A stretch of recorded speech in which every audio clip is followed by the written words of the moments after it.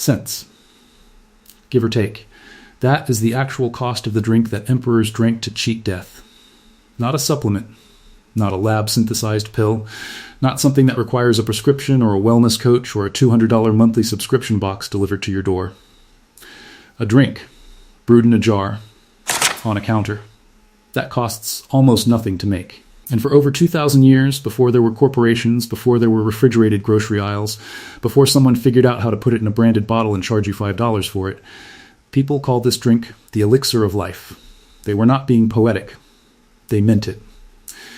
Here is what I am going to show you today. The real origin of this drink. What is actually happening inside the jar at a biological level. The complete brewing process.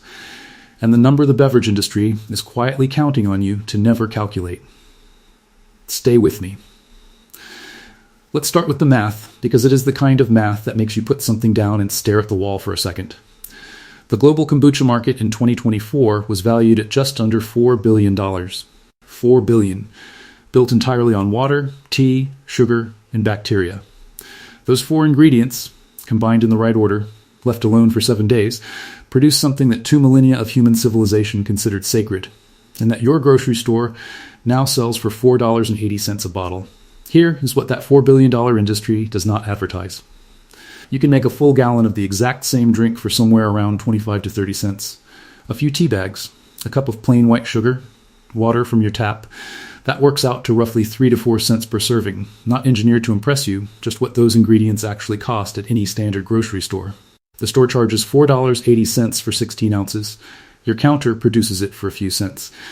That is a gap of 100 to 100 and 20 to 1. And it exists not because the store version is better or more potent or more effective. It exists because most people have never been told how simple this actually is. That ends today. Before we touch a jar or boil a single cup of water, you need to understand what you are actually making, because this is not a trend. This drink is older than the Roman Empire. The earliest documented evidence places its origin in Manchuria, northeastern China, around 221 BCE. The Qin dynasty. The same emperor, Qin Shi Huang, who built the Great Wall and was so consumed by the fear of death that he redirected the resources of an entire civilization toward finding a way around it, his court was drinking fermented tea. Historical texts from that period describe it as a remedy with restorative and energizing properties. They called it the tea of immortality, because what they were observing in the people who drank it regularly looked, to them, like early evidence of exactly what they were searching for.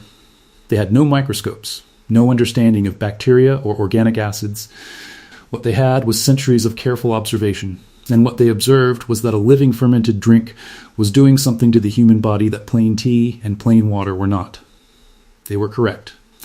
They simply lacked the vocabulary that modern science would eventually supply. Around 400 CE, the drink moved east into Japan, carried by a Korean physician named Kombu, who brought it to the imperial court to treat digestive illness. The drink carried his name forward, Kombucha.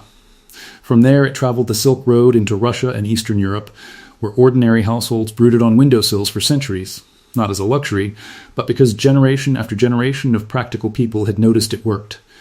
Sugar rationing during the World Wars collapsed home fermentation across Europe. Industrial food production filled the vacuum after 1945.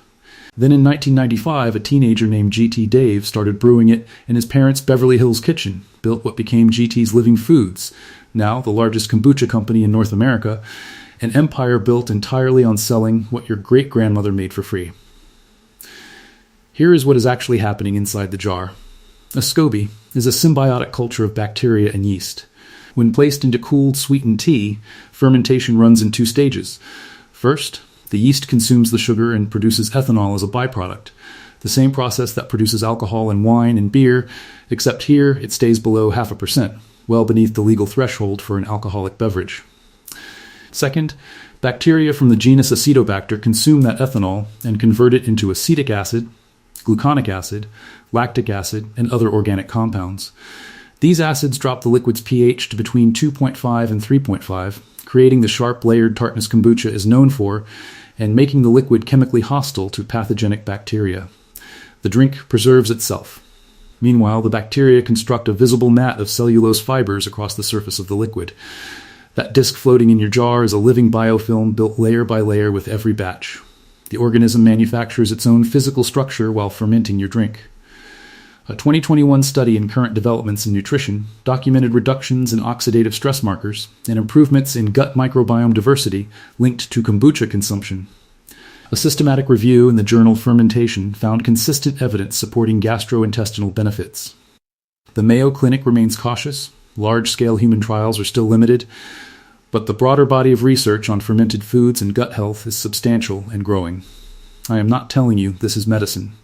I am telling you it is a fermented food with a 2,000-year track record and emerging science pointing in the same direction the ancients were already pointing. And it costs a few cents to make. Here is the complete process, nothing left out. You need a wide-mouth glass jar, 1 gallon capacity, a mason jar, a glass canister, any food-grade glass container. Do not use plastic. Do not use metal. The organic acids react with both.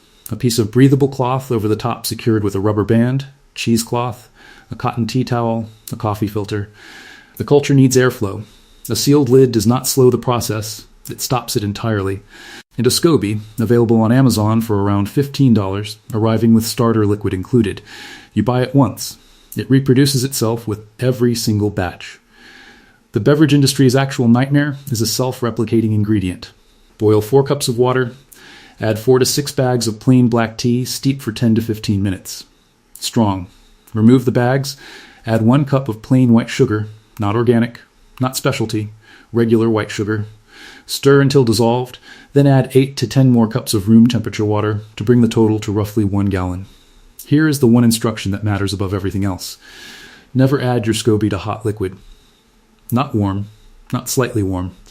Room temperature or cooler, without exception. Heat kills the culture.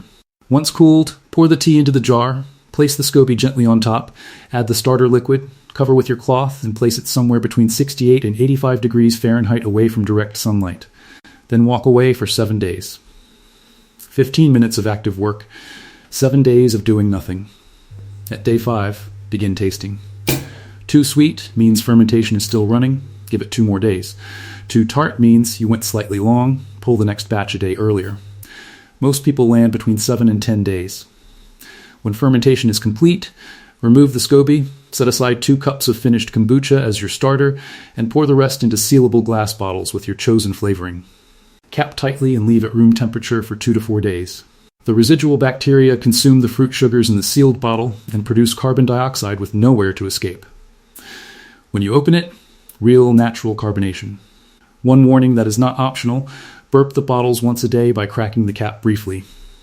Fermentation in a sealed container builds real pressure. An overpressurized bottle will open on its own terms, not yours. There was a specific moment when the absurdity of this became undeniable for me. I had been buying 2 or 3 bottles a week, $4.50, sometimes $5 each, treating it as a normal grocery expense without ever doing the arithmetic. One evening I calculated what I had spent over the previous year. Just under $650. On water, tea, sugar, and bacteria. 4 ingredients I already owned, combined in a process that takes 15 minutes, because no one had ever told me clearly enough that it was this simple. I ordered a SCOBY that same night.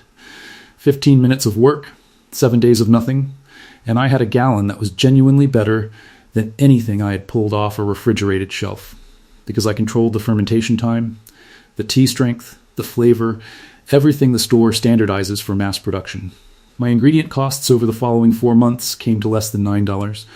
The store would have charged me over $400 for the same volume. The thing that stayed with me was not the money. It was the quiet realization that the ELIXIR of life had been a 15-minute kitchen project the entire time. The second ferment is where this stops being a health habit and becomes something you genuinely look forward to. 3 combinations worth knowing. The first is cardamom and pear, 3 or 4 lightly cracked green cardamom pods, and a few thin slices of ripe pear, sealed for 3 days. The cardamom brings a warm floral spice that ancient Persian and Indian medicine both used as a digestive remedy. The pear softens the tartness without overwhelming the base. It tastes like something from a high-end tea house and costs almost nothing to flavor. The second is pomegranate and rosemary. 2 tablespoons of pure pomegranate juice and 1 small rosemary sprig per bottle, 4 days. The pomegranate turns the kombucha a deep jewel red, layering a rich tartness on top of the existing acidity. The rosemary adds an herbal edge that sounds unexpected and tastes completely intentional. This is the one that makes people ask which brand you bought it from. The third is tamarind and ginger. Tamarind paste dissolved and strained into the bottle with thin slices of raw ginger, 4 days. Tamarind has been used as a digestive aid across South Asian and Middle Eastern traditional medicine for centuries. Combined with ginger and the probiotic tang of finished kombucha, this one tastes less like a beverage and more like what ancient courts were actually drinking. You did not buy it. You made it. For almost nothing. Here is what I want you to take from this. For over 2,000 years, across civilizations that shared almost nothing else in common, people returned to this same drink. They carried it through wars and trade routes and generational knowledge passed kitchen to kitchen. They called it the tea of immortality. They called it the elixir of life. They were working without microscopes, without biochemistry, without clinical trials, and they kept coming back because the evidence in front of them was consistent enough to trust. Then the industrial food system put it in a bottle, applied a logo, and charged $4.80, counting on the fact that you would never learn that $15 and roughly 25 to 30 cents of ingredients produces the same thing on your counter every single week. The elixir of life was never expensive. It was just made expensive. $15. 1 SCOBY, 1 jar, 15 minutes. Try it once. See you in the next one.